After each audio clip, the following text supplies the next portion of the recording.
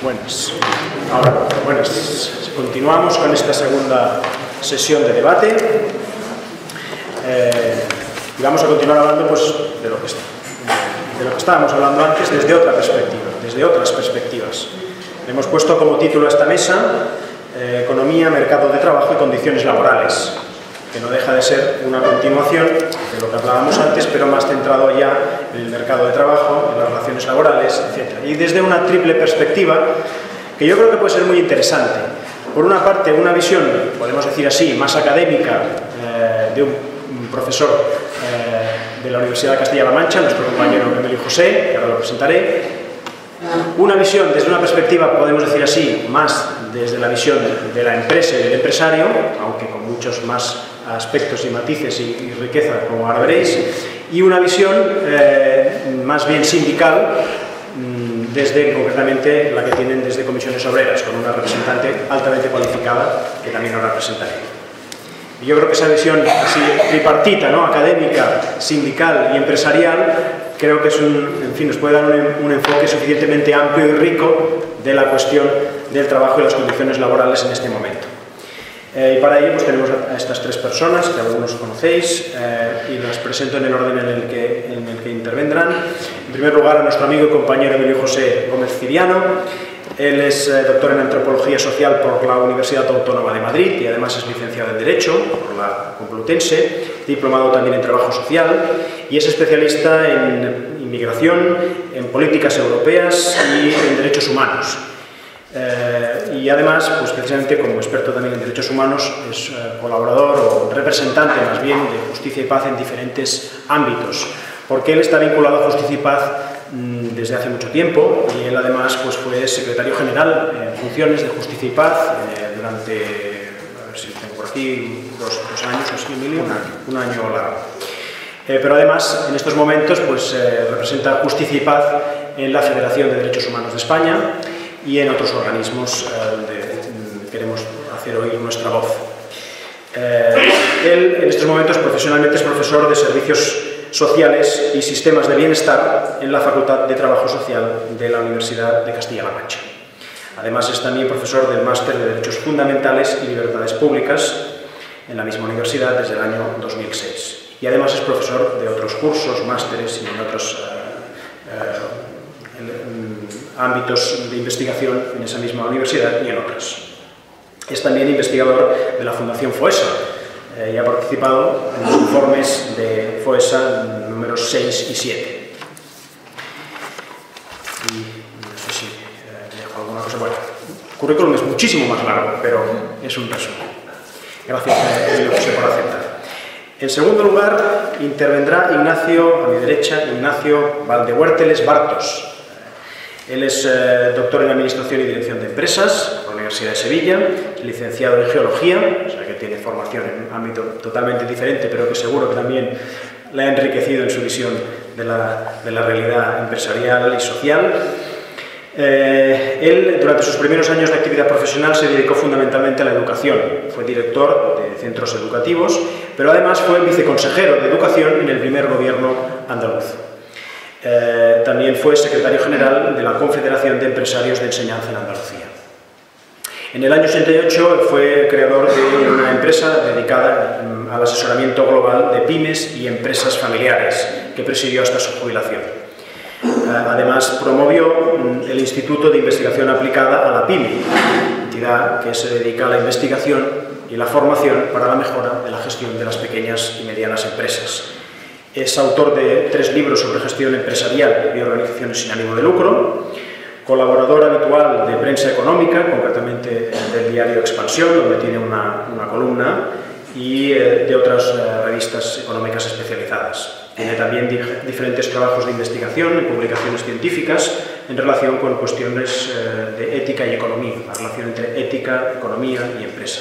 Es profesor invitado en diferentes universidades españolas y latinoamericanas sobre estas cuestiones y preside además la Fundación de Estudios de la Comunicación. Él pues, nos aportará justamente esta visión más desde el mundo de la reflexión sobre la economía y de la experiencia, como también como empresario, como persona que asesora empresas. Y finalmente, la visión que os comentaba más desde el sindical y desde los derechos de los trabajadores nos la aportará Míriam Carrera Pinillos. Ella es funcionaria de la Junta de Andalucía desde el año 85, me comentaba, prácticamente 30 años en el servicio público, donde ha ocupado diferentes plazas, concretamente pues, en el Servicio Andaluz de Salud y en el Instituto Andaluz de la Mujer. Pero ella, desde el año 89, que tiene un compromiso sindical muy importante. Al menos desde el año 2001 se ha dedicado de manera exclusiva a la actividad sindical, el año 2001. Ha sido responsable de negociación colectiva para el personal funcionario en el Sindicato Provincial de Administración Pública en Sevilla. Ha sido coordinadora del sector de Administración Autonómica de Andalucía, en la Federación Andaluza de Administración Pública también. Y en la actualidad, desde el año 2008, asume la responsabilidad de secretaria de Acción Sindical y Negociación Colectiva en Comisiones Obreras de Andalucía. Desde ahí coordina la acción sindical y ejerce la portavocía de Comisiones Obreras de Andalucía en el Consejo Andaluz de Relaciones Laborales, así como en el Sistema Extrajudicial de Resolución de Conflictos en Andalucía. Asimismo, es miembro del Consejo Estatal de Responsabilidad Social, que depende o creado por el Ministerio de Trabajo y Seguridad Social. Yo creo que pues, estos breves presentaciones de estos amplios, largos y extensos currículums nos dan una idea del interés que puede tener para nosotros escuchar su visión sobre cómo están en estos momentos las condiciones de trabajo, el derecho al trabajo, los derechos de los trabajadores en el actual contexto de crisis. Así que sin más preámbulos, pues le pido a Emilio José que haga su primera intervención. Cada una de ellas durará 20 minutos para que tengamos tiempo luego de debatir entre todos. Buenos días. ¿Se escucha bien? Sí. Buenos días a todas y a todos. No sé si le he dado el cachatito bien. ¿Ahora bien? Ahora sí. Vale. Buenos días a todas y a todos. Estoy en casa. Entonces, pues, aunque este espacio así está como muy alto, a mí me impresionó nada más llegar y digo, qué altos están. Qué altos están todos los ponentes, ¿no? Qué altos. Pero bueno, yo soy más bien horizontalista, pero es que si no, por una cuestión práctica no nos vemos todos, entonces, pues aquí estamos, más altos, ¿no? Más cerca, pues más cerca. Aquí está. ¿Ya? Perfecto. Vale, me alejo un poquito. Tengo que estar tratando con esto aquí. Bueno, pues nada, estas son las esclavitudes de la técnica, ¿qué le vamos a hacer? Bueno, pues decía que buenos días a todas y a todos. Esta ponencia, charla, espacio de compartir, empieza con una pregunta provocadora. Derecho al trabajo, un derecho humano. Yo desde luego me creo que así lo es. El derecho al trabajo es un derecho humano no porque yo lo diga, sino porque lo dicen las Naciones Unidas, porque lo dice el Comité de Derechos Económicos, Sociales y Culturales y porque España también así lo ha reconocido al firmar el Pacto Internacional de Derechos Económicos, Sociales y Culturales de las Naciones Unidas, en cuyo artículo 6 está reconocido el derecho al trabajo. También lo dice España cuando firmó la Carta Social Europea en su primera versión.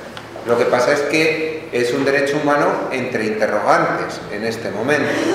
Y es un derecho humano entre interrogantes porque hay determinadas circunstancias no casuales que están produciendo que un número muy importante de personas se vean privados de este trabajo, no solamente en cantidad, sino también en la calidad en la que lo realizan. Y esto no es una casualidad, es fruto de una intencionalidad política muy clara. Quisiera presentaros 3 imágenes, que son 4, a ver qué os parece. ¿Qué veis en común? ¿Conocéis a esta persona? ¿Alguien la reconoce? ¿La ha visto? ¿Os suena la cara? ¿Os suena la cara? ¿Quién puede ser esta persona?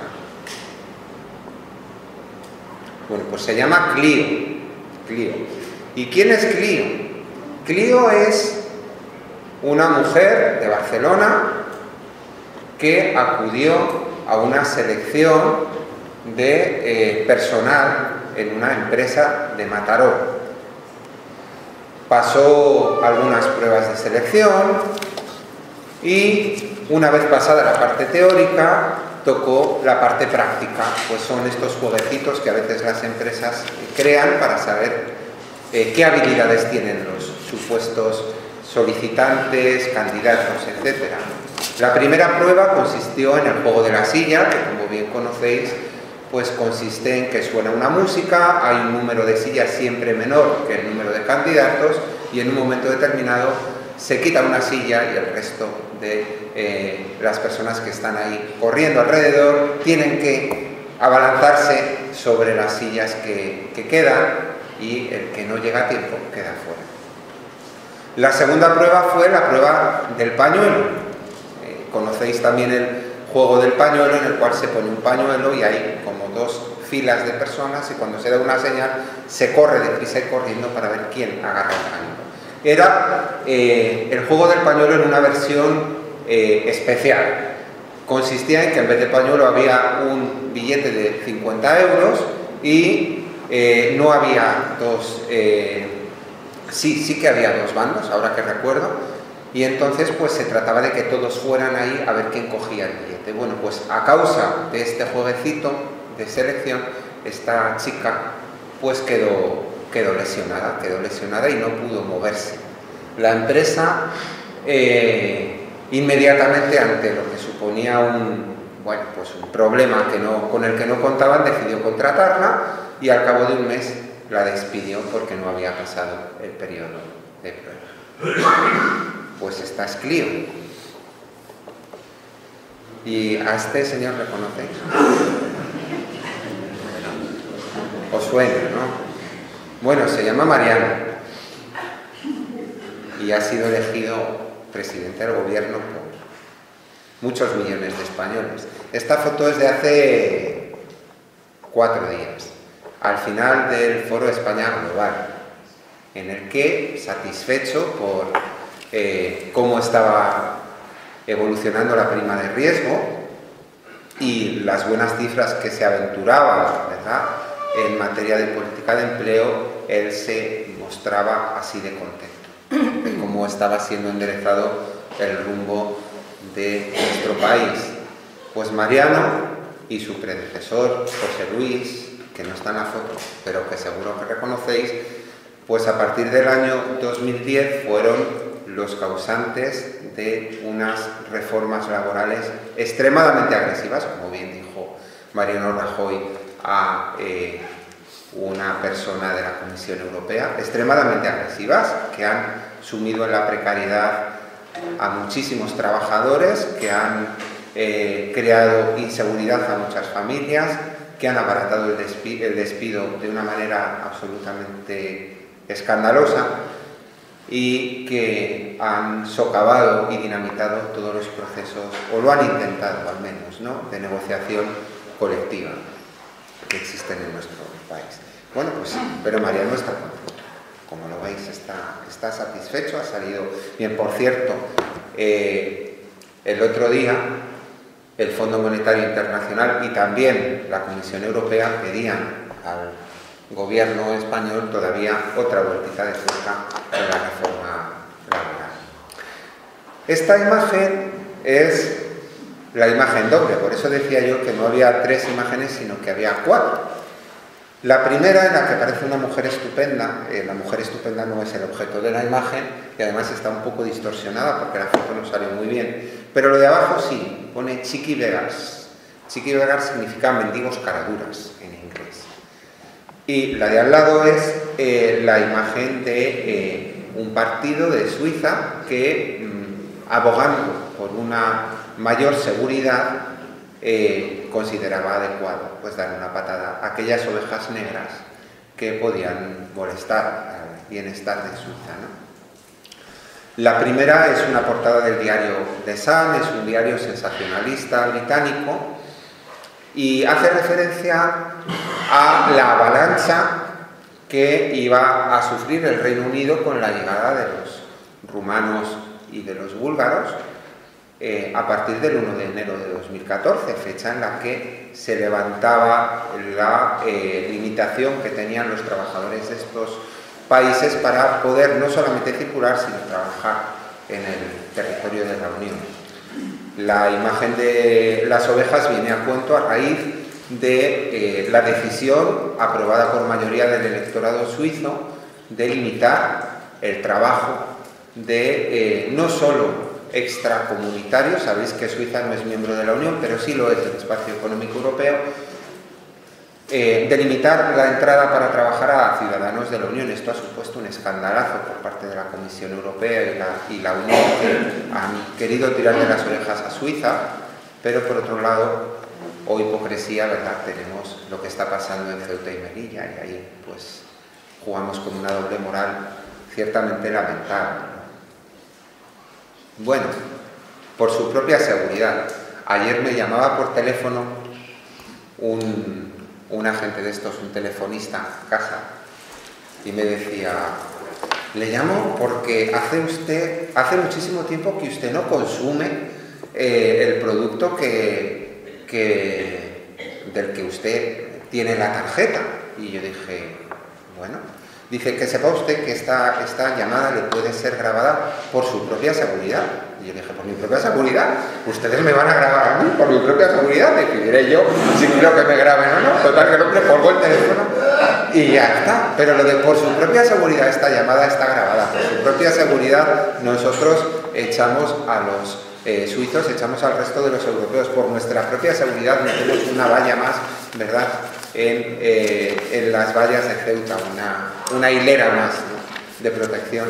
Esto es una de las palabras talismán que se utilizan en nuestros días y que entramos estupendamente. Qué bien, mira que los de esta empresa se preocupen por mi propia seguridad, pero bueno, ya me ocupo yo, no se preocupen, no pasa nada.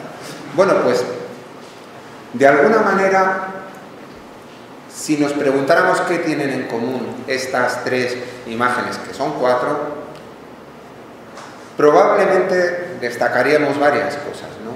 En todas ellas está implícito la cuestión del derecho al trabajo, en todas ellas está implícita la cuestión de la dignidad de la persona, y todas ellas hablan de una situación que es necesario abordar y que es necesario enderezar. Todas ellas nos hablan de un problema, y el problema es que el derecho humano al trabajo está en una situación de interrogante. ¿Y por qué está en una situación de interrogante? Pues porque en el caso de España no se están cumpliendo las obligaciones que como país se ha asumido en los organismos internacionales. No se ha cumplido. Hay que partir de la base que ya nuestra Constitución no es que sea especialmente protectora en lo relativo al derecho al trabajo. El artículo 35 de la Constitución reconoce que todos los españoles tienen el derecho al trabajo. El artículo 37 habla de la negociación colectiva como un derecho, y en el artículo 41 se habla del derecho de todos los ciudadanos a un sistema de seguridad social. Pero estos 3 artículos no están entre los más protegidos por nuestra Constitución. Hay un grupo de derechos que son los que están especialmente protegidos, en los que sí está el derecho a la huelga y el derecho a la sindicación, pero entre los que no está el derecho al trabajo, el derecho a la negociación colectiva y el derecho a la seguridad social. ¿Y por qué no lo está? Pues seguramente porque desde el punto de vista del legislador no se consideraban tanto derechos, sino como principios a los que hay que tender cuando la situación económica así lo permita, pero que se pueden recortar en caso de que la situación económica así no lo permita. Esto es una interpretación que está en la calle, no en la calle, pero sí en el ámbito jurídico, y es preocupante porque de alguna manera jugamos una contradicción. Por un lado, España ratifica el pacto internacional en el que se dice que estos sí son derechos humanos, pero en nuestro mismo texto normativo, en la superley, no los consideramos como tales, los consideramos como principios. Y aquí hay una contradicción en términos que evidentemente legitima los recortes que se puedan estar produciendo. Sin embargo, Conviene, en este tipo de casos, y para aclarar las posibles dudas que puedan surgir, enterarse bien de qué es lo que España firmó cuando firmó el Pacto de Derechos Económicos, Sociales y Culturales, qué es lo que firmó cuando apostó por reconocer al derecho al trabajo como un derecho humano.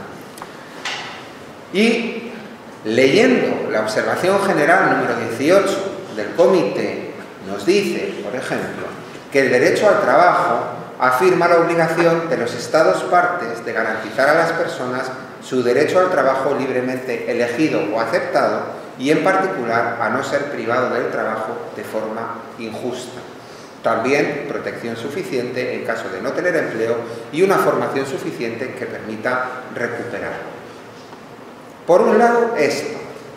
Por otro lado, y esto es bien interesante, se afirma que los Estados no pueden indiscriminadamente adoptar medidas regresivas y si finalmente no les queda más remedio que hacerlo, deberán demostrar que lo han hecho tras considerar todas las alternativas posibles y estas alternativas tienen que estar plenamente justificadas. ¿De acuerdo? En el contexto, además, del uso de todos los recursos disponibles. A mí me da la sensación de que esto no ha sido muy tenido en cuenta por parte del país nuestro, ¿verdad?, de España, del legislador a la hora de acometer estas reformas laborales, porque no se ha llegado a ver todas las alternativas posibles, sino que ha habido una sola alternativa, que es hacer una reforma laboral agresiva, una reforma laboral que privilegia los derechos del empresario frente a los derechos del trabajador. El diálogo no ha existido en todos los procesos. Y cuando se ha producido toda la reforma laboral y se hablaba de diálogo, siempre se jugaba con ventaja respecto a una de las partes. Y evidentemente, si tú quieres mejorar el bienestar y garantizar ese derecho, lo que tienes que hacer es dialogar con los agentes sociales hasta el máximo posible. Y tener en cuenta que hay un bien superior, un bien común y un bien general, que es el bienestar del trabajador, el bienestar de las familias, el bienestar y la calidad en el empleo. Y a lo que hemos accedido es a todo lo contrario, es decir, que se ha ido todas las reformas en detrimento de la calidad en el empleo, de la cantidad en el empleo y de la seguridad del trabajador. ¿Qué obligaciones tiene el Estado español en el ámbito laboral según estos textos internacionales? Primero, abstenerse de interferir directa o indirectamente en el disfrute de ese derecho. Eso es una obligación que asume nuestro gobierno cuando ha firmado este pacto. Y claro, la reforma del artículo 135 de la Constitución, en la que se supedita al interés superior de cumplir con las exigencias del déficit y las políticas sociales del país, pues suponen una interferencia bastante notable en este sentido. Otra de las obligaciones que tiene el Estado es adoptar medidas que impidan a terceros interferir en el disfrute del derecho al trabajo. Y esto significa garantizar que las medidas de privatización que se acometan, y se han acometido unas cuantas, no socavan los derechos de los trabajadores, que las medidas específicas para aumentar la flexibilidad de los mercados laborales no resten estabilidad al empleo o reduzcan la protección social del trabajador. Lamentablemente, las privatizaciones lo que han hecho ha sido incrementar la precariedad, reducir la protección social y socavar los derechos de los trabajadores. Como así ha dicho el Comité de Derechos Económicos, Sociales y Culturales a España en el último informe. Obligación tercera, se deben adoptar medidas legislativas, administrativas, presupuestarias, judiciales y de otro tipo adecuadas para velar por su propia realización. Obviamente las medidas administrativas, judiciales, legislativas que se han llevado a cabo no están encaminadas precisamente a garantizar la calidad del derecho del trabajo y la máxima protección, más bien todo lo contrario, Con lo cual, podríamos concluir diciendo que evidentemente quedan 5 minutos, con lo cual voy a apresurarme para terminar. Que evidentemente el gobierno español no está haciendo caso de lo que se comprometió a cumplir. Dicho de otra manera, que el gobierno español está violando el derecho humano al trabajo, dicho Así de claro, lo está violando, lo está vulnerando un derecho humano. Muy bien, pues lo está vulnerando y ya está. ¿Y qué pasa? No pasa nada, ¿no? No pasa nada. Vosotros veis que ahora mismo estén llevando a los tribunales internacionales a Rajoy por este tipo de vulneración de derechos. Yo no lo estoy viendo. No pasa, pero pasará. ¿Por qué? Porque en estas cosas, por estas cosas de la vida, resulta que el gobierno español decidió firmar un protocolo totalmente potestativo, totalmente voluntario, en el cual se obligaba a que se incumplía algunos de los derechos económicos, sociales y culturales, podía ser denunciado por particulares, podía ser denunciado por otros estados y podía admitir que se investigara acerca de la vulneración por parte de los órganos de las Naciones Unidas.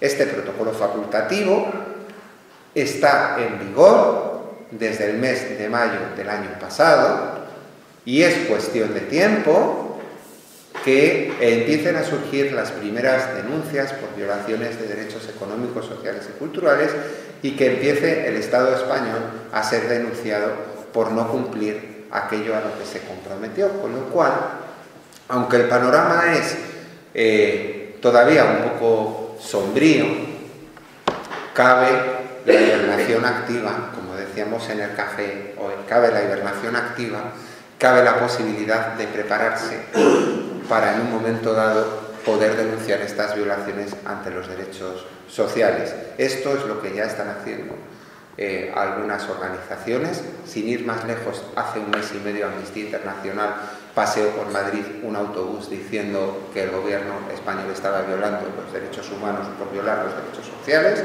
Ya están llegando los primeros informes. El informe de finales de enero de este año del Comité de Derechos Sociales del Consejo de Europa dio un fuerte varapalo a España diciendo que no cumplía sus obligaciones en materia de protección social y ahora mismo pues, existe la posibilidad de que se pueda hacer justicia en este ámbito, con lo cual pues todavía no está todo perdido, pero desde luego si una conclusión cabe sacar es que vienen tiempos duros, se está precarizando el empleo, parece que ya es impopular decir que el empleo es insuficiente cuando todas las informaciones apuntan a que se está creando mucho, se está creando poco y se está creando de poca calidad. Pero bueno, desde ahí tenemos la esperanza de que con el nuevo protocolo las cosas cambien. Y yo ya no me extiendo más, está bien. Tenías un par de minutos más, pero bueno.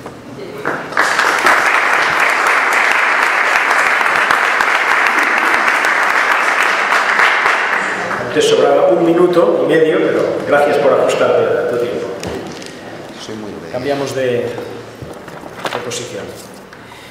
Y ahora escucharemos a Ignacio Valdehuertes.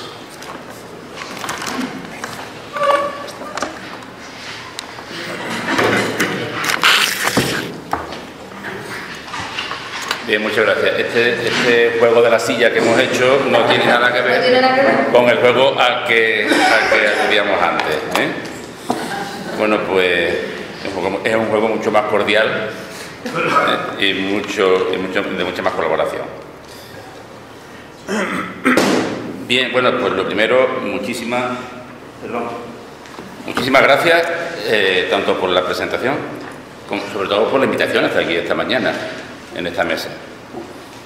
Evidentemente, la relación entre economía, mercado de trabajo y condiciones laborales es un tema apasionantemente complejo y rico en matices. Por eso, para ordenar mi intervención, yo elaboré un esquema que transcribo, que comparto con ustedes ahora, en absoluta fidelidad y coherencia con la doctrina social de la Iglesia. No en vano estamos en una jornada de justicia y paz.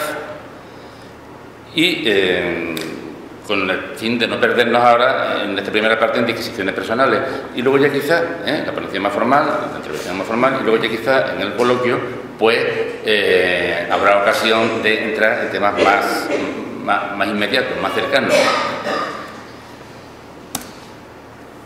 El esquema perdón la deformación académica de ser estrictamente muy organizado, o intentarlo al menos, es la consideración de la economía como expresión de un modelo antropológico, que es el trabajo humano, la empresa y sus fines, en el caso de las pymes, cuáles son los derechos y deberes del trabajador, qué pasa con el estado del bienestar, cuál es la situación actual y cuáles son las, más que conclusiones, propuestas que se pueden extraer de aquí. Bien, la primera idea que a mí me gustaría exponer, para tener estos elementos básicos para el debate, como decíamos antes, es el concepto de que existe una estrecha relación entre ética, cultura y economía. Y si nos olvidamos de esto, estamos complicándonos mucho la vida de manera inmediata. Que toda forma económica es la expresión de una cierta antropología. Que la antropología, la visión que el hombre tiene de sí mismo, es la decisiva para valorar todo planteamiento, doctrina o sistema social. Y que reducir he ido poniendo, perdón, el CDSI evidentemente es el compendio de Doctrina Social de la Iglesia, no hace falta que lo recuerde. Y que, por lo tanto, que reducir las cuestiones económicas a un problema exclusivamente técnico llevaría a vaciarlas de su verdadero contenido, que es la dignidad de la persona. La economía es algo más que intercambios, intercambios económicos, son intercambios personales. Bien, otra idea, que estamos hablando del trabajo, que el trabajo no es una opción, como decían antes, el trabajo no es una opción, el hombre ha sido creado para trabajar, es una vocación, es el ámbito de realización personal y de relación con los demás hombres y con Dios. Uno se realiza a partir del trabajo, como expliqué muy bien en la labor de servicio. El trabajo, en su sentido objetivo, lo podemos considerar como el conjunto de actividades, recursos, instrumentos, etcétera, etcétera, de las que el hombre se sirve para producir, para dominar la tierra, como se le indicaba en el Génesis. Y en sentido subjetivo, el trabajo tiene bastante valor por la incidencia del trabajo en el sujeto que lo realiza. El primer valor que tiene el trabajo es el perfeccionamiento o la incidencia que tiene sobre la propia persona. Porque el hombre, al trabajar, no solamente se transforma el entorno, sino que se transforma a sí mismo, al tener conciencia de lo que realiza y quererlo. Bien, hago un pequeño paréntesis, porque luego al final les diré que hay una página en la que el texto de la ponencia está colgado. Tomen ustedes las notas que quieran, evidentemente, pero que luego al final les diré dónde pueden acceder libremente. Bien, el trabajo se realiza o se regula mediante un contrato laboral, que es una regulación de unas prestaciones personales con unas exigencias, y esto ya lo decía la Real Novarno, de justicia anteriores al consentimiento de las partes contratantes. Es decir, que puede haber contratos radicalmente injustos o radicalmente nulos, si no ante una jurisdicción laboral, si por lo menos ante la conciencia de cada uno, porque no cumplen las exigencias de justicia básicas que debe cumplir todo contrato laboral.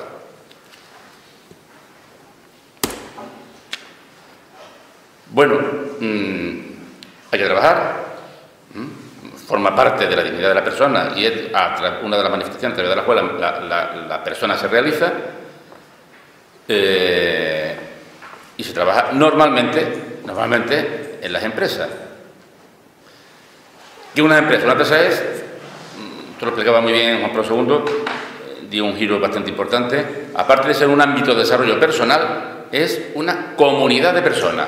Es una organización de personas, digo personas, no individuos, con todas las implicaciones de personas, con toda su dignidad y libertad, que debe animar la actividad y orientar su compromiso económico y técnico hacia valores éticos y morales. Ya veremos luego cómo se articula todo esto. Hombre, los fines de la empresa, dice, ganar dinero. Sí, también, porque si no, no sería sostenible, no habría sostenibilidad. Pero una empresa es personas creando valor. Personas creando valor En lo económico, evidentemente, aquí habría que hacer en fin, no tendríamos tiempo suficiente para hacer una disquisición, valor económico necesario para la sostenibilidad, sea el tipo de empresa, una cooperativa, una ONG, lo que sea, tiene que allegar, captar, conseguir los recursos suficientes para mantener su actividad. Y si obtiene beneficio, mejor, en tanto en cuanto beneficios actuales son trabajo potencial. Podríamos hablar de esto. Como empresa tiene también una organización de personas, crear valor en los productos. ¿Qué quiere decir? Bueno, pues ofrecer honradez y calidad, en el sentido estricto de la palabra, en los productos o servicios que ofrece. En los procesos, que es la innovación, en definitiva, innovación que queda en el ámbito social, no se queda circunscrita, ceñida a la empresa exclusivamente, pero sobre todo, en su entorno. Afectar al bien común. Tiene que afectar al bien común. En la medida en que la empresa, y esto lo explica muy bien, lo explicaba muy bien el ministro XVI, una encíclica que está un poco olvidada, parece que es la centésimo anno, labores exercen, etcétera, etcétera, etcétera, el compendio, para una encíclica que tiene una riqueza de contenido tremenda, la Caritas in Veritate, que quizá, es una percepción personal, quizá no se ha trabajado, no se ha estudiado lo suficiente, opino, a lo mejor sí, pero que contiene muchas claves de todo esto que estamos hablando, para hacer la consideración del bien común, como lo definía el Vaticano, como el conjunto de condiciones de la vida social que hace posible a las asociaciones y a cada uno de sus miembros el logro más pleno y fácil de la propia perfección.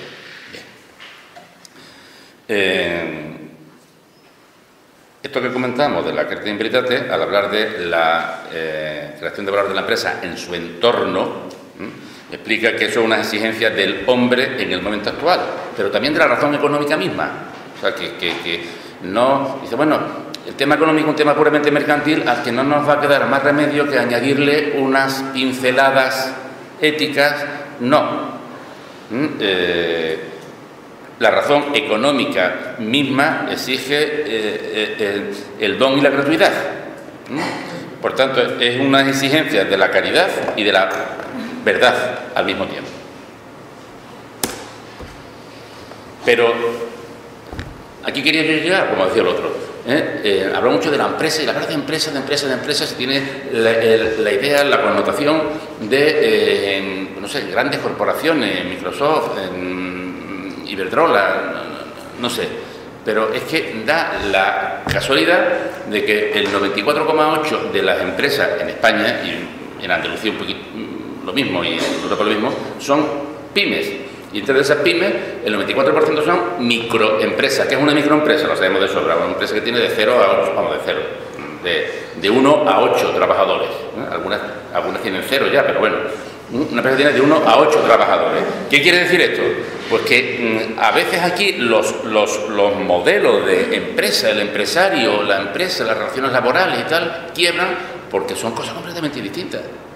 Entonces, yo que me he dedicado, como decía antes muy bien mi presentador, los últimos 20 o 30 años a trabajar con pymes,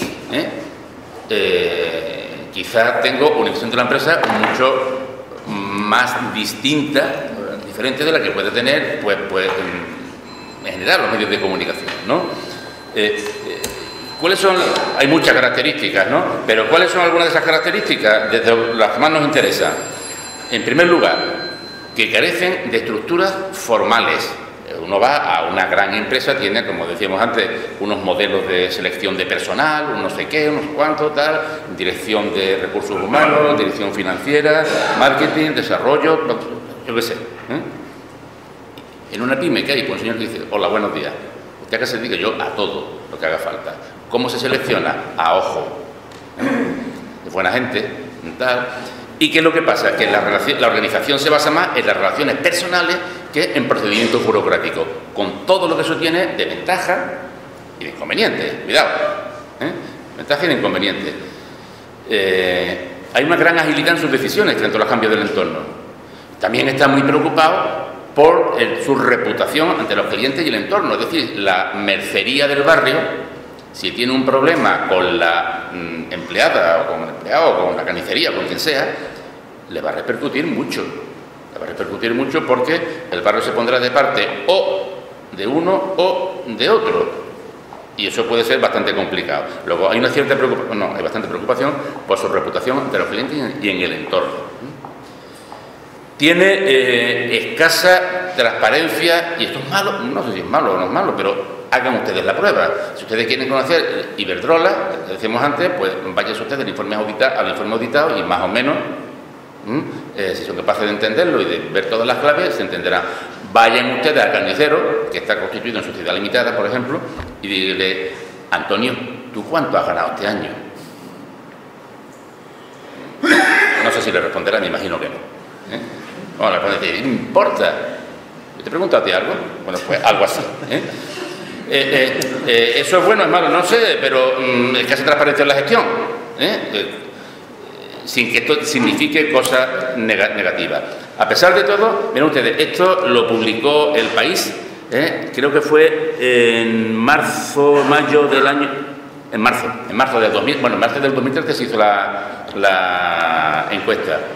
Y miren ustedes cómo las pymes, después de los científicos y los médicos, por aquello del chamán y todo esto, las pymes, las pequeñas y medianas empresas, son las entidades que merecen mayor confianza institucional.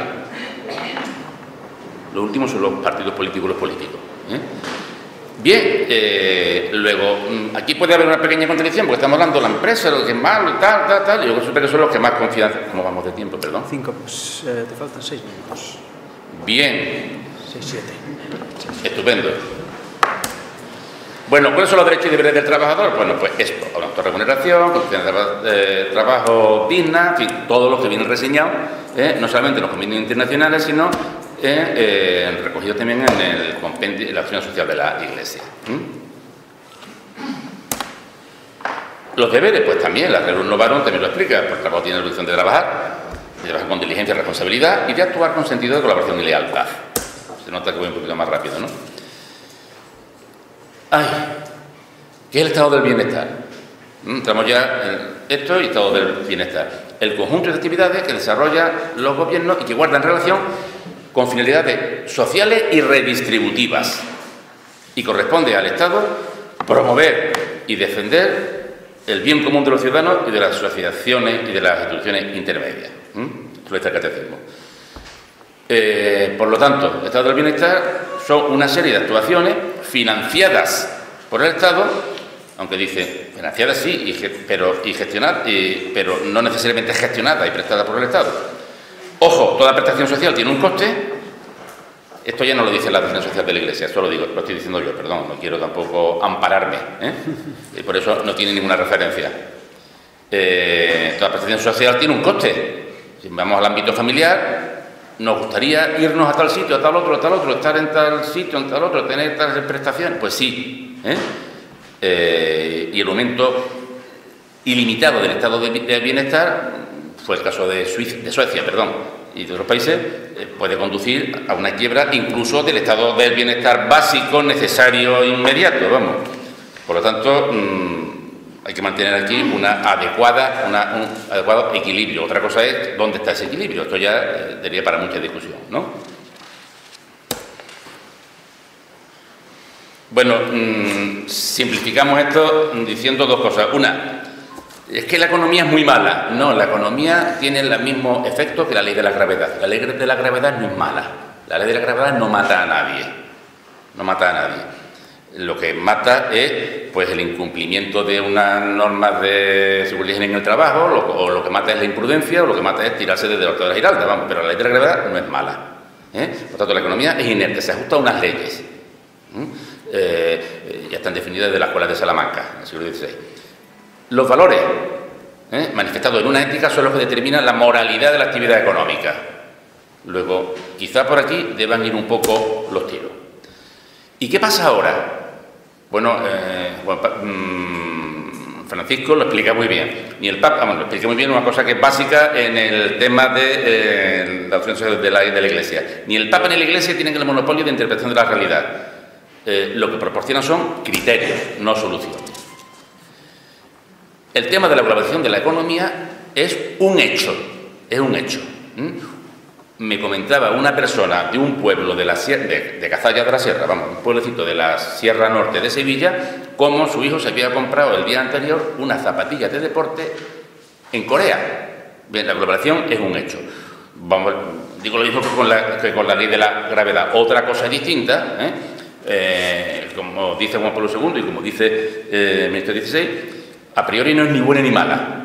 Será lo que la gente haga de ella, porque tenemos que ser los protagonistas y no las víctimas. Bien. Adecuadamente entendida, magnífica. Si se acciona mal, incrementa la pobreza y la desigualdad. La cita clásica sobre el capitalismo es la de Juan Pablo II en el siglo pasado, evidentemente, gracias, cuando explica, si por capitalismo se entiende tal, nada. Si por capitalismo se entiende algo que garantice, que ponga la economía al servicio de la libertad humana integral y la considere como una particular dimensión de la misma, cuyo centro es ético y religioso, encantada la vida. Luego, por favor, vamos a los conceptos y no a los términos, que se lanzan como dardos. En definitiva, en plan resumen ya, lo que decíamos antes, la doctrina social de la Iglesia no plantea soluciones, plantea criterios. Esos criterios son que la persona humana es racional y libre, y eso es su gran dignidad, que el trabajo es el ámbito de realización personal y la sociedad es el medio natural en el que el hombre puede y debe utilizar para obtener su fin, que es preciso un replanteamiento de la economía desde bases éticas y que es necesaria una redefinición o estudio de los conceptos de capitalismo y globalización, no su descalificación inmediata y reactiva, que eso significa que la actividad económica ha de desenvolverse en un marco institucional, jurídico y político adecuado, que el estado del bienestar está limitado por el necesario respeto del Estado a los derechos de los individuos y por el principio de subsidiariedad, que el contrato laboral queda a la libre voluntad de las partes, si bien hay una auspicio notarial anterior, que el deber del Estado no es sustituir la iniciativa privada, sino secundar la actividad de las empresas, y que, por último, lo que decíamos antes, que la PYME, que es el 99,8% del tejido empresarial, presenta unas características sociolaborales que son distintas a las de las grandes empresas. Ahí lo tienen ustedes, en www.iep.org, en la pestaña investigación, tienen el texto íntegro. Lo que pasa es que leer 18 páginas es un poquito complicado. Bien, insisto, yo aquí no he querido, en estos 19 minutos y medio, no he querido pontificar, no he querido decir todo lo que hay que hacer, sino simplemente exponer lo que desde estrictamente la doctrina social de la Iglesia, insisto, estamos en Principaz, se habla sobre economía, el mercado de trabajo y condiciones laborales. ¿Cómo se articula esto?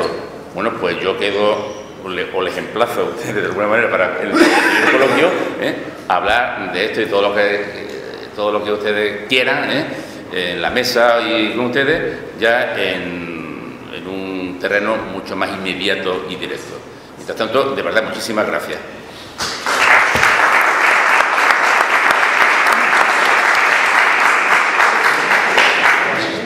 Muchas gracias, Ignacio. No. Gracias por ajustarte también al tiempo disponible y luego ya tenemos ocasión de debatir. Miriam, adelante. Bueno, buenos días o casi buenas tardes ya, ¿no? Por la hora, ¿no? En primer lugar, agradecer a Justicia y Paz el darme la oportunidad, ¿no? de estar aquí, ¿no? Yo creo que es fundamental que una organización de trabajadores, como es un sindicato, como es Comisiones Obreras, tenga cuanto más altavoces mejor para dar a conocer cuáles son los planteamientos que hacemos, ¿no? Y sinceramente agradezco el que se nos haya invitado y es un placer estar con vosotros y con vosotros, ¿no? Y me vaya a permitir, porque estamos en el día de 8 de marzo, el Día de la Mujer Trabajadora, que haga un primer reconocimiento a todas las mujeres que estando trabajando en el ámbito familiar o estando trabajando en el ámbito laboral, hoy es un día para reconocerle ese trabajo, en algunos casos un trabajo muy invisible, en otros mucho más visible, pero que habría que ponerlo en valor y sobre todo hoy, que es nuestro día, ¿no? El Día de las Mujeres, ¿no? Por eso quería empezar por la situación de empleo, aunque me imagino que en la mesa anterior Lina Gálvez ya habrá hecho una buena exposición al respecto, pero bueno, sí quería empezar pues señalando la alta tasa de desempleo femenino que tenemos en nuestro país, el 38%, cómo está aumentando desgraciadamente la brecha salarial entre los trabajadores hombres y trabajadoras mujeres, más concretamente aquí en la Comunidad Autónoma de Andalucía, y cómo las mujeres seguimos desgraciadamente con contratos, los peores contratos, los contratos más precarios, contratos de máxima temporalidad, contratos a tiempo parcial, no porque queramos ese tipo de contratos, sino porque es el que se nos ofrece, en muchos casos fraudulentos, porque nos hacen en algunos casos trabajar a tiempo la jornada completa, pero con contrato a tiempo parcial, y lo que esto supone después, una vez alcanzada la edad de jubilación, en una merma igualmente, en una brecha igualmente en las pensiones y la diferencia entre pensiones de hombres y mujeres, ¿no? Yo quería decir respecto al debate continuo que hay, si hay o no discriminación salarial, esa brecha salarial. Es verdad que teniendo en cuenta la misma categoría profesional o el mismo grupo profesional, cada vez se está estrechando más, digamos, esa diferencia, es decir, cada vez nos vamos acercando más y estamos siendo más iguales en sueldo en cuanto a categorías profesionales. Pero no es ahí donde está realmente la diferencia está en el tipo de contrato que se le ofrecen a las mujeres, muy diferente, en categorías inferiores con respecto al hombre, y ahí es donde está la brecha realmente, ¿no? Hay una ley en este país, una ley que fue muy bien recibida, además de negociada y discutida, que es la ley del 2007 de igualdad de oportunidades entre hombres y mujeres, que ha caído prácticamente desde su comienzo, y digo bien desde su comienzo porque solamente tuvo un despertar en el propio año 2007, pero desgraciadamente a partir del 2008 cayó. La oportunidad que podíamos haber tenido y que debemos seguir reivindicando de estrechar esa brecha e incorporar realmente a la mujer en el mercado de trabajo, ¿no? Esta ley, que tiene una obligatoriedad para las empresas de más de 250 de trabajadores, llevar a cabo un plan de igualdad, pero no discrimina a las empresas de menor número de trabajadores en cuanto a que se pueden incorporar medidas de acción positiva, medidas de igualdad de oportunidades a través de los convenios colectivos.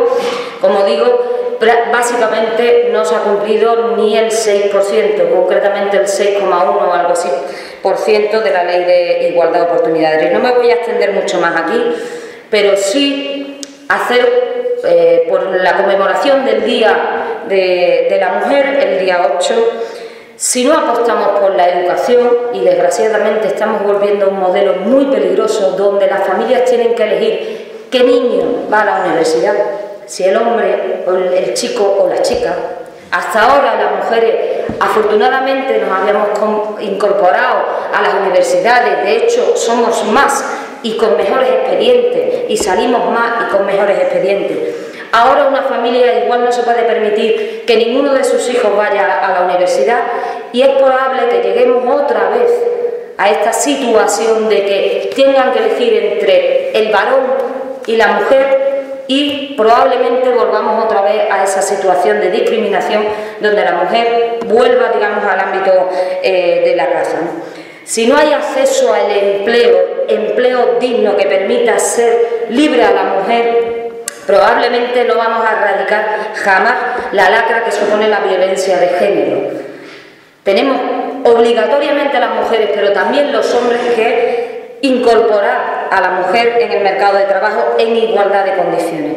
Y por supuesto no volver a la invisibilidad de la casa, porque eso no es bueno para una sociedad democrática, no es bueno para una familia y no es bueno en absoluto para la mujer. Yo quería hacer esa introducción porque si no conmemoramos este día, mal camino llevamos para un mundo mucho más igualitario y mucho más social, que creo que todos y todas las que estamos aquí perseguimos, ¿no? Bien, entrando ya un poco en la parte concreta de mi intervención, en la ponencia respecto a cómo está el mundo laboral aquí en nuestro país, ¿no? Fundamentalmente aquí en nuestro país. Bueno, parece que estamos saliendo de la crisis, estarán saliendo algunos. Y hablo en masculino porque parece que son muchos más los que están saliendo que las que están saliendo, aunque algunas probablemente hay. Pero solo están saliendo algunos. Desde luego las personas, las trabajadoras y las trabajadoras, no vemos que se esté saliendo de la crisis, en absoluto. Lo que vemos es más pobreza y más empeoramiento en las condiciones laborales, ¿no? Esos brotes verdes, algunos los verán. ¿Cuáles han sido los motivos que ha llevado a este gobierno y al anterior? Porque yo no solo me voy a meter con el gobierno que ahora mismo está en el Estado, no solo me voy a meter, que por supuesto me voy a meter con el gobierno del señor Rajoy, sino también del señor Zapatero, el anterior, que empezó a poner las bases para el deterioro de las relaciones laborales, ¿no? Las excusas, bueno, pues varias, ¿no? Pero fundamentalmente es esa visión enfermiza, porque yo entiendo que es enfermiza, perversamente enfermiza, del equilibrio, ir a ese equilibrio económico y al control del déficit público, ¿no?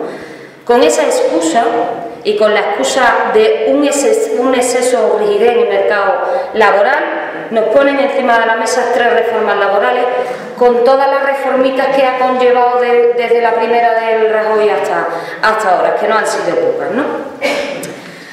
Nos pone que el mercado laboral en España era excesivamente rígido, había poca flexibilidad, que era excesivamente, palabras textuales, excesivamente proteccionista con los trabajadores, y digo yo, ¿y cómo no tiene que ser?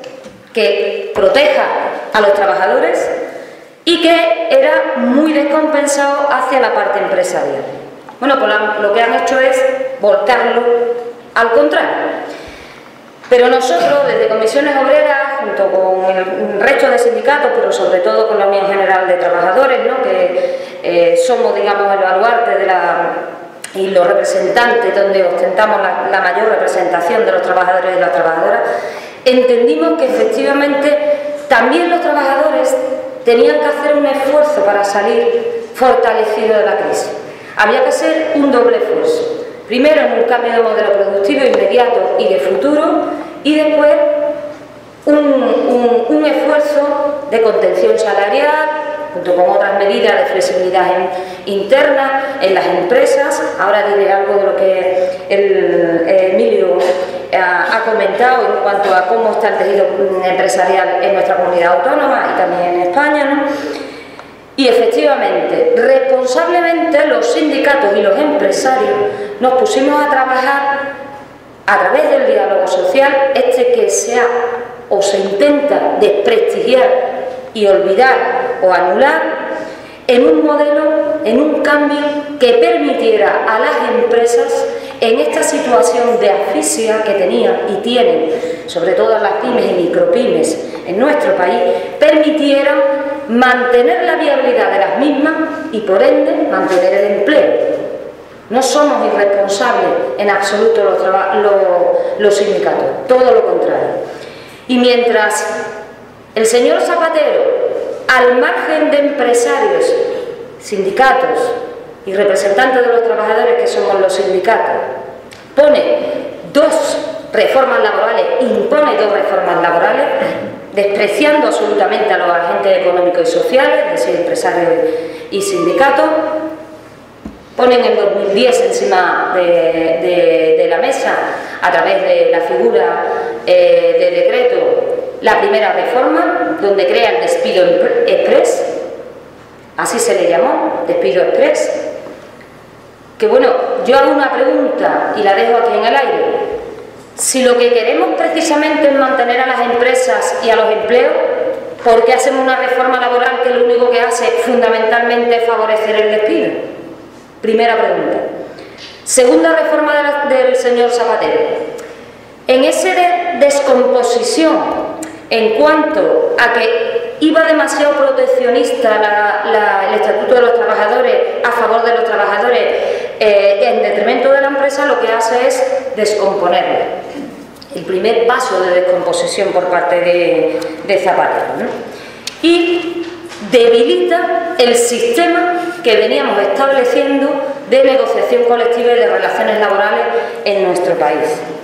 Nos echa a pelear a 2 agentes, empresarios y sindicatos, que responsablemente estábamos en una mesa intentando llegar a un esfuerzo de acuerdo que permitiera justamente lo que parece que los gobiernos, antes de Zapatero y ahora de Rajoy, hoy nos obligaban a hacer.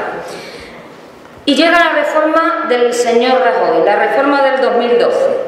Si las otras debilitaban y creaban el despido express, esta destruye por completo el modelo de relaciones laborales. Pero curiosamente, 20 días antes de su reforma, y digo bien, 20 días antes de su reforma, nos emplaza a sindicatos y empresarios, COE, CEPIME, UGT y comisiones obreras, a que hagamos el acto de responsabilidad y lleguemos a un acuerdo en materia de negociación colectiva que permitiera, en este caso, salir, dar viabilidad a la empresa y proteger el empleo. Y lo hicimos. Lo hemos hecho. Ese trabajo lo hemos hecho. Está el acuerdo de empleo y negociación colectiva firmado en la situación más grave y extrema que pasaba en nuestro país por los 2 agentes interlocutores únicos y válidos en materia de relaciones laborales, que eran empresarios y sindicatos. Y a los 5 días publica la reforma laboral, despreciando absolutamente lo que habíamos negociado, pactado, empresarios y sindicatos, para mantener la viabilidad de las empresas y para mantener el empleo. Así que el hecho en sí de que hay que hacer la reforma para mantener el empleo es absolutamente falso, porque ya responsablemente lo habíamos hecho con anterioridad los que tendríamos que hacerlo en este sentido, ¿no? Os voy a hacer un paralelismo de lo que nosotros responsablemente, empresarios y sindicatos, firmamos y la reforma laboral muy brevemente, porque si no seguramente me voy a ir de tiempo y ya me he ido bastante. El acuerdo de empleo y negociación colectiva es un acuerdo con un gran componente de solidaridad, pensando en las personas, pensando en aquel entonces los cerca de 5 millones de trabajadores y trabajadoras sin empleo, pensando en la viabilidad de las empresas, y hoy ya son 6 millones de trabajadores que han perdido su empleo. Se le da prioridad absoluta al mantenimiento del empleo y para eso ponemos medidas de flexibilidad interna frente a la externa, es decir, acomodar en este tejido productivo que tenemos todas las medidas, ya sea a través de reducción de jornada, de contención salarial, inclusive de rebaja salarial, para mantener el empleo y mantener la viabilidad. Contención salarial, reducción, digamos, en la medida de lo posible de la pérdida de empleo. Y el siguiente compromiso que adquirimos a través del acuerdo de empleo y negociación colectiva es comprometernos las 2 partes en evitar o reducir la conflictividad, es decir, hacer los máximos esfuerzos para que no llegara a la conflictividad y no romper, digamos, en las relaciones laborales, a través de sistemas como el sistema extrajudicial de resolución de conflictos o acudir a las comisiones paritarias de los convenios colectivos, en fin, buscar todas las vías desde el diálogo para llegar a un buen consenso entre empresarios y sindicatos. Bueno, pues eso es lo que nosotros hemos hecho. ¿Qué es lo que ha hecho la reforma laboral del señor Rajoy? Ya dije la de antes. Ahondar más en la facilidad y abaratamiento del despido. Ya las empresas no tienen ni siquiera que demostrar que tienen pérdida, sino que presumir que a lo mejor no voy a ganar tanto como estoy ganando o voy a tener los beneficios que estoy teniendo, y por tanto con 3 trimestres sin los mismos beneficios ya es excusa para poder despedir, 2 trimestres para modificar las condiciones laborales, quebrar el sistema de contratación, de modelos de contratación, dar una prevalencia de convenio de empresa frente a un convenio del sector. Ignacio entonces, ¿no? No, Yo Ignacio. Ignacio, perdón, me he confundido. Nos ha expuesto, yo lo tengo aquí también, ¿no? ¿Cuál es el modelo de empresas que tenemos en nuestro país, concretamente en nuestra comunidad autónoma? Y yo estoy absolutamente de acuerdo con él, ¿no? Primero estoy de acuerdo en cuanto a que las pymes sí generan confianza en la sociedad, ¿no? Pero que es verdad que el modelo que tenemos, bueno, pues básicamente, como bien ha dicho, el 99% del tejido productivo son pymes y micropymes. Pero a esto hay que añadirle que el 91% de los trabajadores y trabajadoras están ahí y están sujetos a un convenio de ámbito sectorial, no de empresa, precisamente por este tejido productivo que tenemos.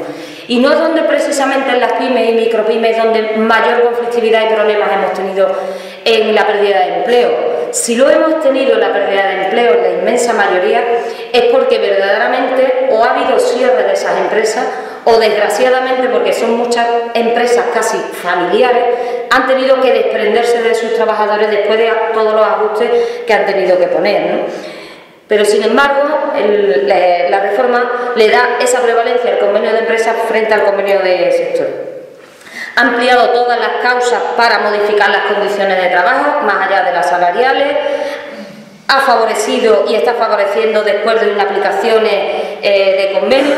Ha intentado eliminar la mayor, que es el convenio colectivo, a través de la limitación de la vigencia de los mismos, ultraactividad, que es una palabra muy fea, en 1 año, y ha hecho todo lo posible e imposible por eliminar o cargarse, como a mí me gusta decir, lo que ha sido hasta ahora el modelo equilibrado entre la representación de los trabajadores, los sindicatos y los empresarios. Como consecuencia de esto, ¿qué tenemos? Pues cerca de 1.400.000 personas desempleadas más desde la reforma laboral, 687.000 hogares en nuestro país donde no hay ningún tipo, no tienen ningún tipo de recursos, absolutamente ningún tipo de ingreso, ni sueldo, ni subsidio, ni pensión. Por tanto, aumento en el doble de la pobreza desde que se inicia la crisis en el 2007. Una bajada generalizada de los salarios, un empobrecimiento de la clase trabajadora, por supuesto empeoramiento de las condiciones laborales, una precarización muy generalizada, expediente de regulación de empleos a doquier, y no precisamente de estas empresas que estábamos hablando, pyme y micropyme, que no, además que no pueden llevar a cabo despido colectivo porque en la mayoría son 2 o 3 trabajadores lo que tienen, sino grandes empresas que lo que hacen es deslocalizarse para ir a por la mano de obra más barata y cierres empresariales. Aquí esta es la situación que ha provocado esta reforma laboral.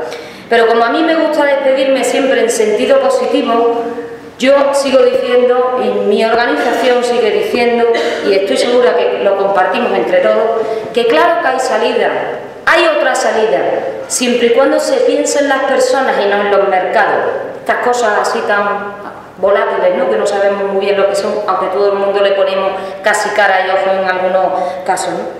Y nosotros estamos demostrando, tanto en los centros de trabajo y en las empresas, que hay otra manera de salir, Seguimos estando, a pesar de que intentan machacarnos y desprestigiarnos, como antes estaba comentando con Elizabeth, ¿no?, que he tenido el placer de ¿dónde estáis los sindicatos? Digo, no hemos dejado de estar en la calle y en los centros de trabajo. Otra cosa es que no se hace visible porque no interesa, porque se sabe que somos el dique de contención, el último dique de contención en este sentido, ¿no? Tenemos propuestas encima de la mesa, tenemos una propuesta de renta básica precisamente para proteger a esas 700.000 familias que ahora mismo no tienen ningún tipo de ingreso, tenemos propuestas en materia laboral y tenemos propuestas para volver a retomar lo que nunca debimos perder, que eran los derechos, que son los derechos sociales y el estado de bienestar. Muchas gracias.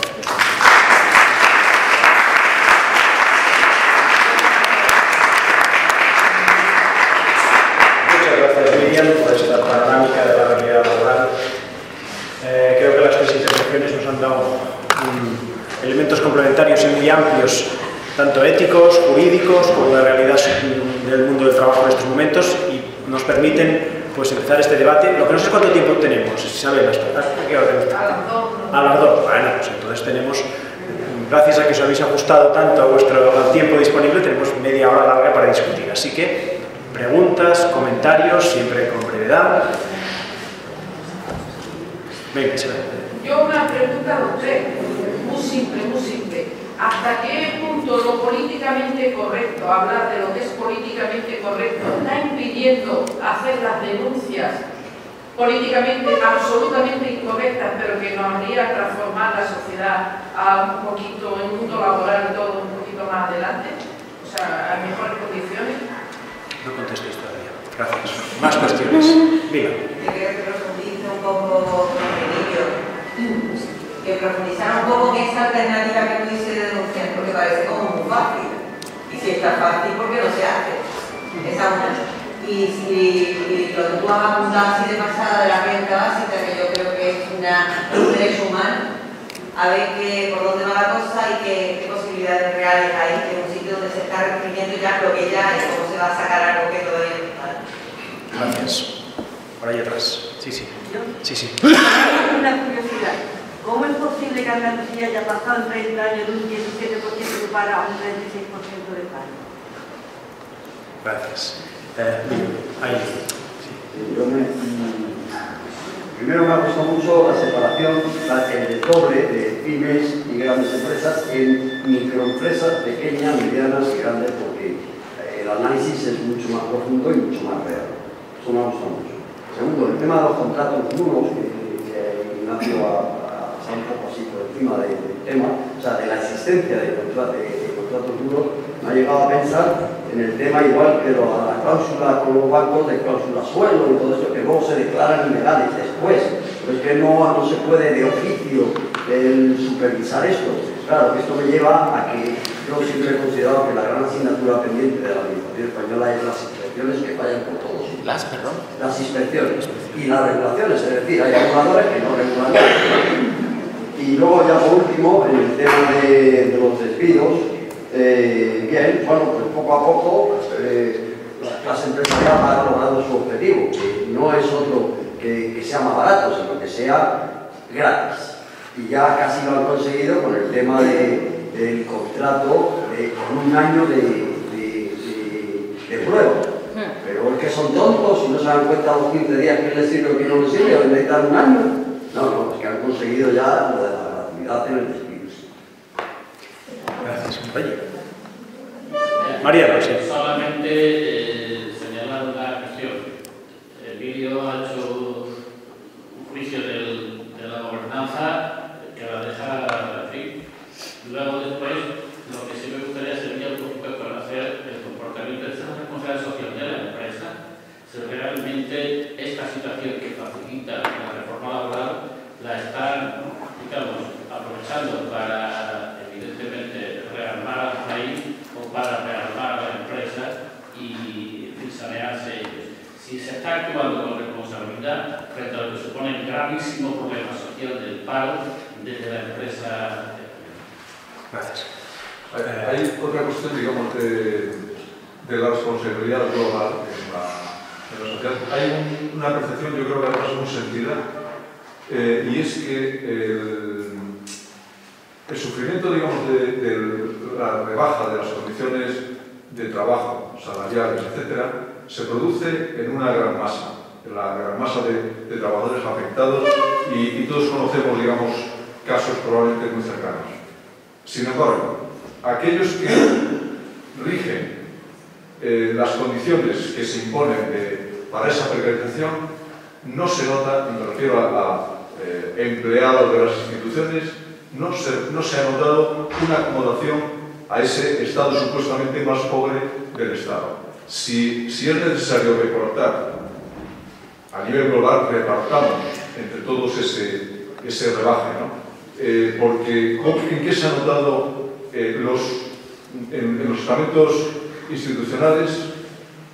Las previsiones de pensiones, de condiciones sociales, de salarios no se han tocado ni un ápice, o mínimamente. Entonces, ahí hay puntos que si se quiere de alguna manera dar ejemplo de que eso es necesario, ese ajuste, hágase en todos los ámbitos. Y tóquese también, póngase límite a los escandalosos salarios que puede haber a lo mejor en los altos directivos de empresas. Al fondo, sí.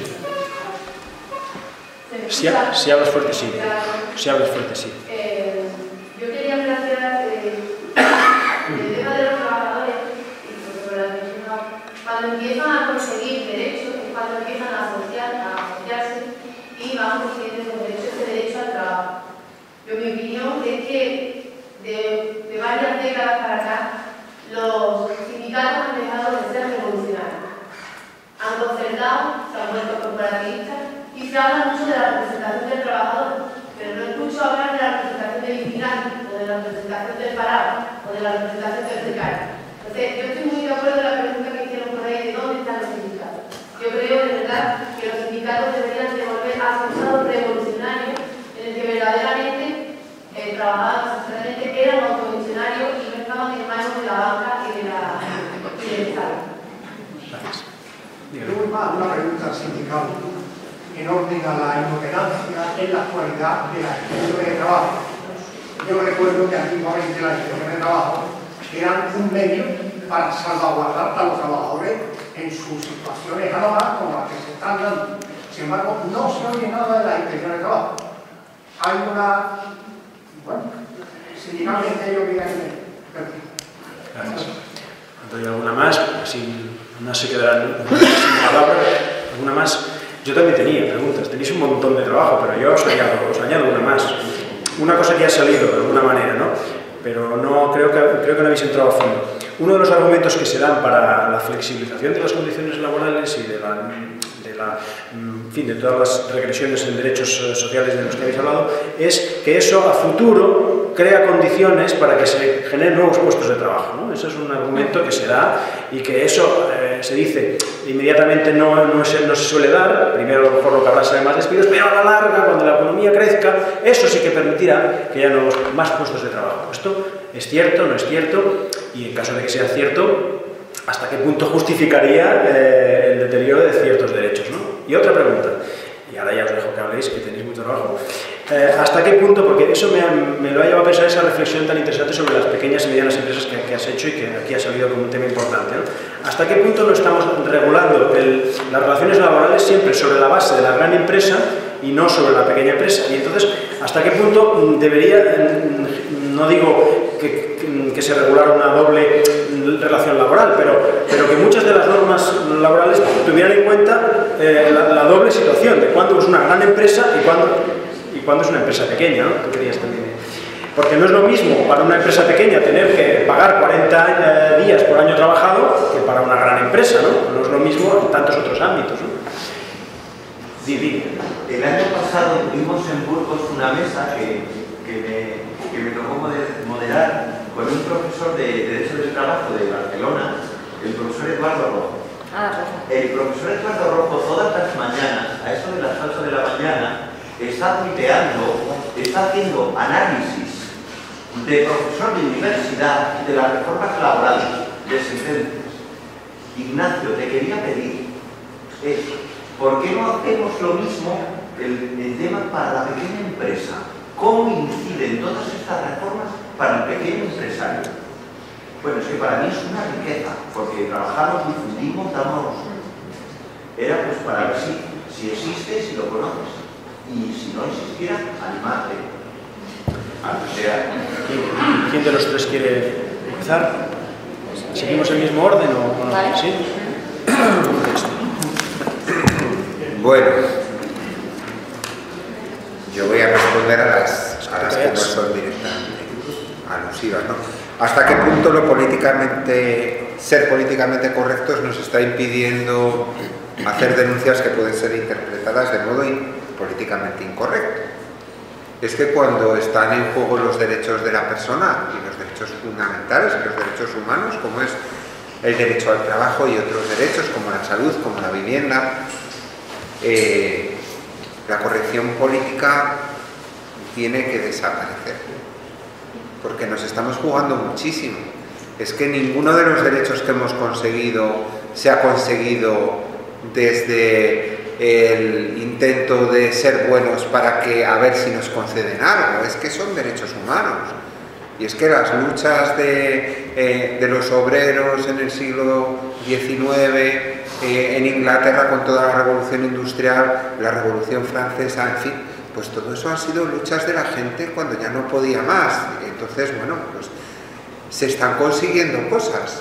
Es decir, los profesionales sanitarios y la población en Madrid ha conseguido parar una reforma sanitaria.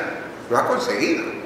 Y lo ha conseguido porque se ha conjugado bien el estar en la calle manifestándose y entendiendo a la gente que lo que se estaba jugando eran sus derechos y no una cuestión corporativa de los médicos, sino su derecho a la sanidad, junto con una inteligente estrategia de presentar a los tribunales denuncias porque se estaban vulnerando derechos fundamentales.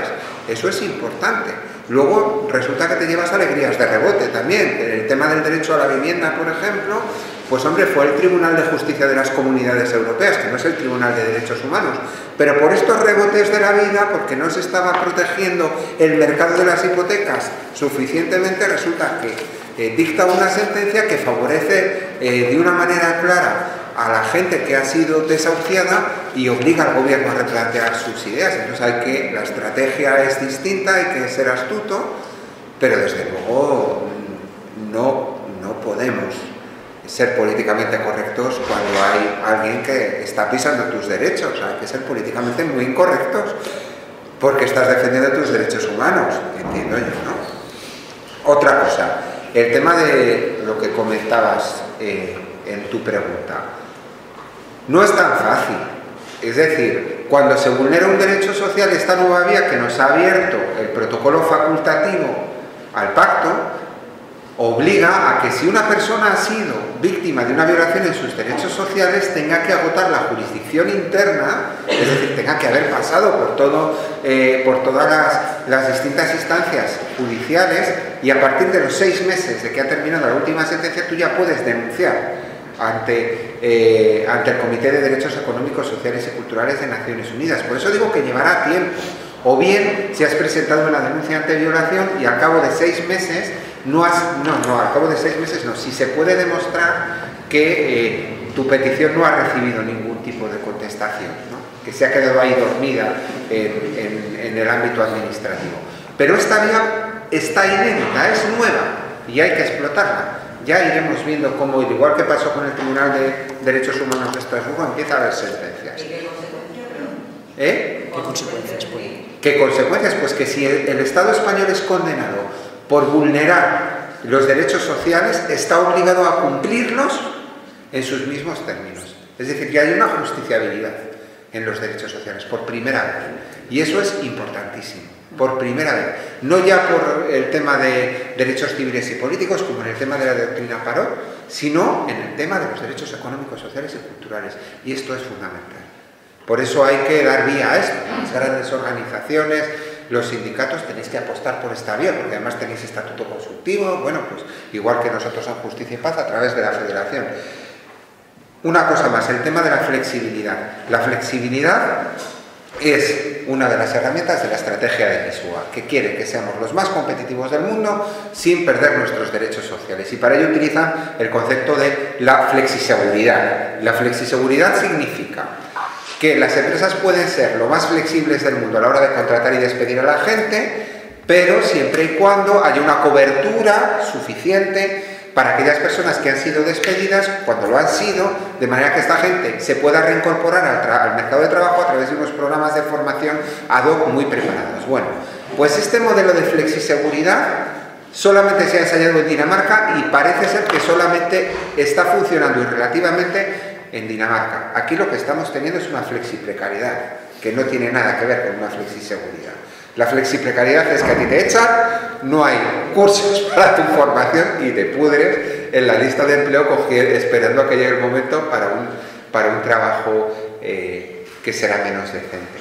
Y por último, sí que es que se me ha pasado antes, ¿no? Pero sí me gustaría decir que aquí en Sevilla hubo un ministro de la Segunda República que se llamaba Manuel Jiménez Fernández, que quiso impulsar una reforma agraria desde los postulados de la doctrina social de la Iglesia, y que se encontró con una oposición fortísima tanto de su partido, que en ese momento era la CEDA, que era un partido de derechas, por cierto, como del presidente de su gobierno, que era Gil Robles, y sin embargo fue muy bienvenido desde los partidos de izquierda. Este hombre tuvo que dimitir porque le obligaron a guardar silencio, a no impulsar ninguna de las medidas de la reforma laboral, y era firme partidario del diálogo con las clases obreras y trabajadoras desde la clave de la doctrina social de la Iglesia. Y sí que me parece importante señalarlo aquí porque misión nuestra de justificar también.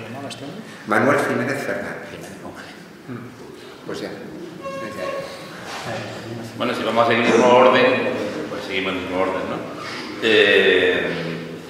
Quizás más que una respuesta pormenorizada a cada una de las preguntas, alguna especie de mix.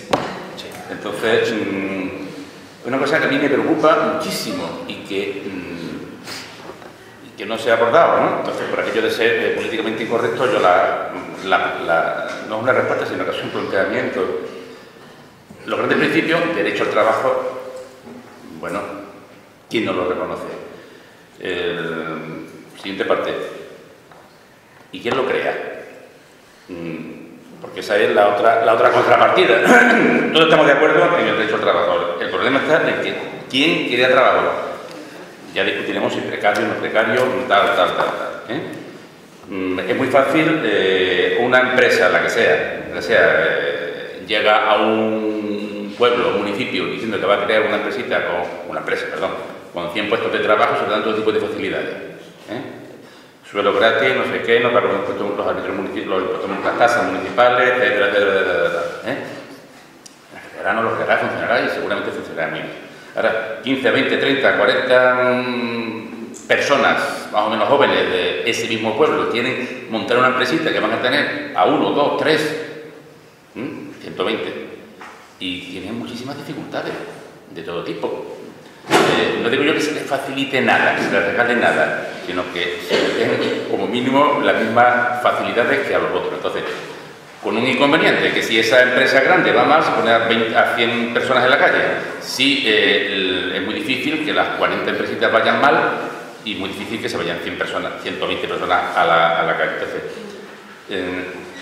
esto es un corolario, pero vamos, mi planteamiento, que me gustaría poner, no estoy haciendo una pregunta, una propuesta, un desafío, quizás más que una contestación.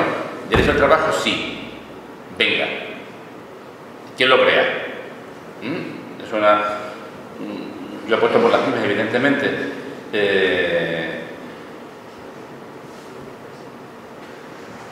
Se está haciendo últimamente, las pymes están, ¿verdad? Yo no sé si se nota que tengo una especial predilección por las pymes, pero no es predilección, es simplemente que es nuestro tejido empresarial, fundamentalmente el 99,8%, y que tiene las pymes tienen bastante, entre otras peculiaridades que no hemos dicho.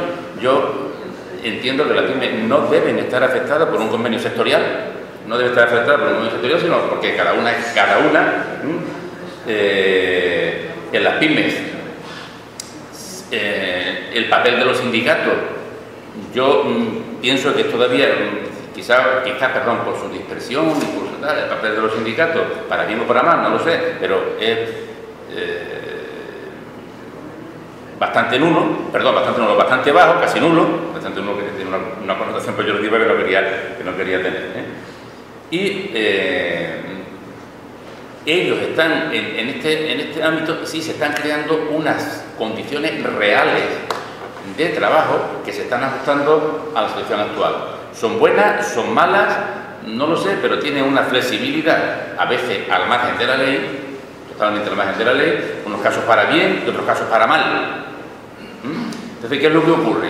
Que los grandes planteamientos, derecho al trabajo, el reconocimiento de los derechos sindicales, etcétera, etcétera, etcétera, se están moviendo en un plano muy institucional, caramba, y la realidad está fluyendo debajo de nuestros pies o alrededor nuestra en un sentido completamente distinto. ¿Eso es bueno, eso es malo? No lo sé, pero está pasando. Hay dos mundos, el mundo oficial y el mundo real. El mundo de los grandes planteamientos, el mundo de esta reunión también, y por otra parte está el mundo del empresario que cada día que llega, el pequeño empresario que cada día que llega el día 1 y sabe que tiene que arrancar la hoja del almanaque y que eso significa seguridad social, no sé qué, tal, y el día 20 el IVA, el otro, me peleo con el banco y qué hago, y no sé qué, y cómo le digo a este señor que lleva conmigo 30 años que no, pues mira, le voy a decir, casos reales, lo conocemos todos, le voy a decir que lo despido, que vaya cobrando el paro, así tiene una cobertura de seguridad social y que venga por las tardes, que hay inspecciones de trabajo, a echarme una mano porque si no, no puedo. ¿Eso es malo o eso es bueno? ¿Eso es un fraude? Es un fraude legalmente, vamos a decir. Pero ¿eso es bueno? ¿Eso es malo? ¿Eso es un empresario voraz? ¿O está facilitando a una persona que sigue trabajando con una cobertura social? Pues no lo sé. ¿Cómo se acomoda la realidad con la institucionalidad? Pues lo dejo encima de la mesa. No he contestado porque tengo más preguntas. Bueno, me tocan casi todas a mí, ¿no? Bueno, pues voy a empezar por la mayor, ¿no? ¿Dónde están los sindicatos? ¿Y por qué hemos dejado el aspecto fundamental del sindicato, ese estado revolucionario que decía una de las que me ha hecho una pregunta? Y me gusta además mucho esta pregunta, ¿no? Porque además es importante que por lo menos lo conozcamos. Voy a empezar por la mayor. El sindicato no es un ente abstracto.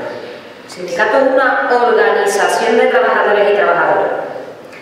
Y así como en la época de no hace mucho, desgraciadamente, donde teníamos una dictadura, y en la clandestinidad, las comisiones, y así, por eso se llama este sindicato, comisiones obreras, se organizaban de manera clandestina para intentar alcanzar la mayor, que es primero la libertad y después los derechos. Es verdad que ahora esas comisiones obreras eran comisiones de ramas, ¿no? No son tan visibles como en aquel entonces, que tampoco lo eran, pero sí la conocíamos, ¿no? ¿Qué es lo que está pasando en estos momentos? Lo que está pasando en estos momentos es que los trabajadores y las trabajadoras, desgraciadamente, están volviendo a esa especie de invisibilidad, clandestinidad, pero sí vienen al sindicato. Y en la inmensa mayoría vienen, consultan, con un miedo terrorífico a perder el empleo, porque a lo mejor es el único que entra en su casa y no se lo pueden permitir, pero sí por lo menos para saber hasta dónde llegan sus derechos. Y cuando el sindicato, compañeros y compañeras que estamos allí para ayudar a esos trabajadores, les decimos, tienes derecho y puedes hacerlo, y aquí estamos, en la inmensa mayoría, desgraciadamente, en la inmensa mayoría, bueno, ya te llamaré si te necesito. Cuando no, es que han venido ya con el despido y ¿qué hago? Hombre, ajustémonos un poquito en la realidad en la que estamos. Ojalá, y yo siento deciros en esta casa, No soy una persona creyente, se lo dijáis a ver en su momento, ¿no? Pero eso no quiere decir que no sea absolutamente respetuoso. Ojalá, verdaderamente, nosotros pudiéramos tener el poder de que cuando llega un empresario y le despida a un trabajador, esté ahí el sindicato y se restaure inmediatamente. Que en muchos casos lo conseguimos, pero cuando hay fuerza significa cuando hay una organización de los trabajadores en torno a un sindicato, o los trabajadores están organizados y además saben que se pueden defender únicamente de manera colectiva y no individual. Y lo que está pasando es que muchos empresarios de este país, gracias a esa reforma laboral tan absolutamente dañina, están echando a pelear trabajador contra trabajador. Cuando a un trabajador lo echan, el otro está así, sagado, a ver si no le toca. Y esto es lo que está debilitando. Aparte de esa campaña mediática de los medios de comunicación absolutamente manipuladas, de desprestigio constante hacia los sindicatos. ¿Por qué? Porque saben que son ese dique de contención.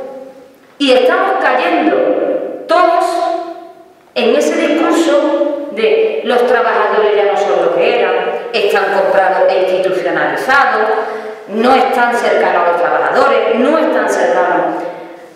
Pues la realidad que vive el sindicato, y estamos en la calle Trajano, podéis cuando queráis, desde por la mañana a las 7 de la mañana hasta que se cierra a última hora del sindicato, el reguero es continuo. Y no faltan ni sindicalistas ni trabajadores que desgraciadamente van a buscar al sindicato a ver si pueden solucionar algo de su despido o del cambio de las modificaciones de las condiciones de trabajo que se le han impuesto. Y claro que sí, que nosotros queremos, pero para nosotros es que además es una obligación, entendemos que es una obligación, influir en el marco sociopolítico. Y de ahí la importancia del diálogo social y estar en las instituciones.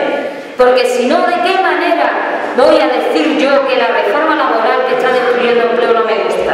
Tendré que tener un espacio de diálogo donde yo pueda poner la propuesta de que otras políticas son posibles, otras políticas sociales son posibles. Y si no, ¿en qué foro llevo una propuesta en el Parlamento y a los gobiernos en cuanto a la renta básica de inserción para esas 700.000 familias que no tienen ningún tipo de ingreso?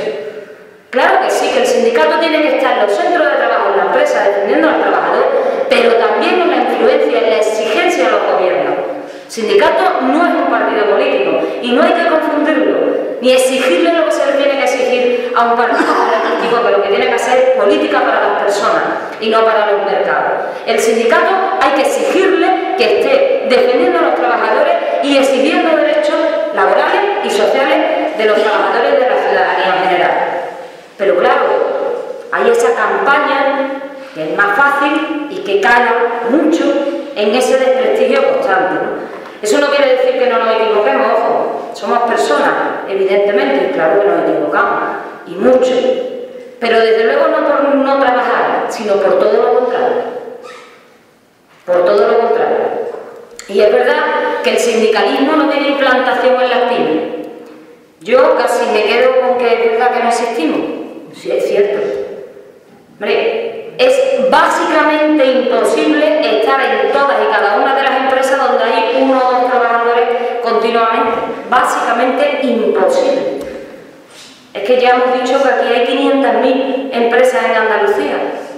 No podríamos estar todo el día de una empresa a otra, porque desgraciadamente no somos tantos en los que nos dedicamos altruistamente a un compromiso de defensa de los trabajadores. Yo he dejado mi trabajo personal para dedicarme a la defensa de los derechos de mis compañeros anteriormente en el ámbito de lo público, ahora en el ámbito de lo público y de lo privado. Pero no todo el mundo tiene ese compromiso. No todo el mundo quiere llevar a cabo ese compromiso. Ojalá fuéramos muchos más y así evidentemente podríamos llegar a muchos más sitios, ¿no? Pero sí que es verdad, y tiene razón, en cuanto que no es lo mismo la implantación en las grandes empresas que en las pymes y en la micropyme, ¿no? En cuanto a que se está actuando con responsabilidad social en las empresas, pues como todo, En las empresas que sí de verdad tienen ese componente, sobre todo las que están enmarcadas en la economía social, se está actuando con responsabilidad, aunque se tengan que llevar a cabo medidas muy perjudiciales para dar viabilidad a la empresa y para mantener en la medida de lo posible el empleo, y en otras muchas, llámese Roca, Uleva, tenemos ejemplos muy claros, ¿no?, de lo que está pasando, ¿no? Grandes empresas en las que evidentemente pues no solo no se actúa con responsabilidad, sino todo lo contrario. Pero es que ya hemos descubierto y estamos denunciando, y ahora lo ligaré con la Inspección de Trabajo, que están haciendo uso de determinadas asesorías, despachos de abogados y de graduados social de ese instrumento llamado reforma laboral, y vendiendo como si de un producto de marketing se tratara, vendiendo empresita por empresita cómo descolgarse de los convenios colectivos sectoriales o incluso de los convenios de empresas, cómo modificar las condiciones de trabajo, cómo rebajar salarios. Con un modelo ya hecho, denunciado por nosotros ante la inspección. Y es verdad que la inspección no está actuando como debería de actuar, pero también es verdad que desde que se inicia la crisis, incluso un poquito antes, pero fundamentalmente desde el año 2009, no 2008, ha ido bajando el número de inspectores. ¿Y quién hace esto? Pues el mismo gobierno, que no le interesa ni que los sindicatos existan, ni la inspección actúe, claro. Y esto no quiere decir que los inspectores algunas veces no están actuando correctamente, que también, igual que nosotros, nos podemos equivocar. Pero hombre, sí que se está mermando el número de inspectores año tras año.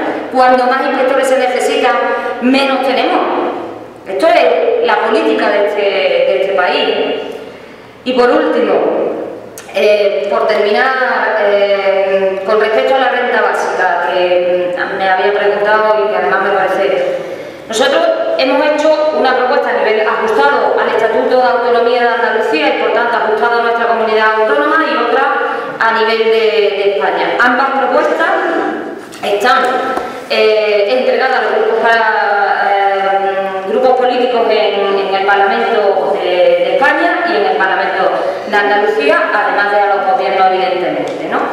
Y bueno, tiene un doble objetivo: una renta que sirva para el momento coyuntural, las familias que lo están pasando en este momento mal, pero que no procede, digamos, de esa exclusión social que ya había muchísimo antes de la crisis, y que no consiste solo, como se ha querido vender perversamente, ¿no?, desde la derecha, sí, hombre, ahora le vamos a dar una paguita para que no quieran trabajar, ¿no?, nunca más estar, sino que tenga un itinerario informativo. Primero, una renta digna para esas familias para que puedan vivir, en tanto en cuanto a través de un itinerario informativo se puedan incorporar en el mercado de trabajo, y esa otra parte, digamos, invisible de la sociedad, que bueno, que está en la situación de exclusión, que podemos ver barrios en Sevilla claramente y desgraciadamente desde hace muchísimos años, ¿no?, donde efectivamente intentar recuperar esa parte de la sociedad, como pudiera ser aquí las viviendas y demás, ¿no?, que sirva, ya termino, que sirva para ambos, de manera coyuntural a las familias que ahora han perdido el empleo como consecuencia de la crisis, pero también sin olvidar esa otra exclusión social que venía padeciéndose en nuestro país, ¿no?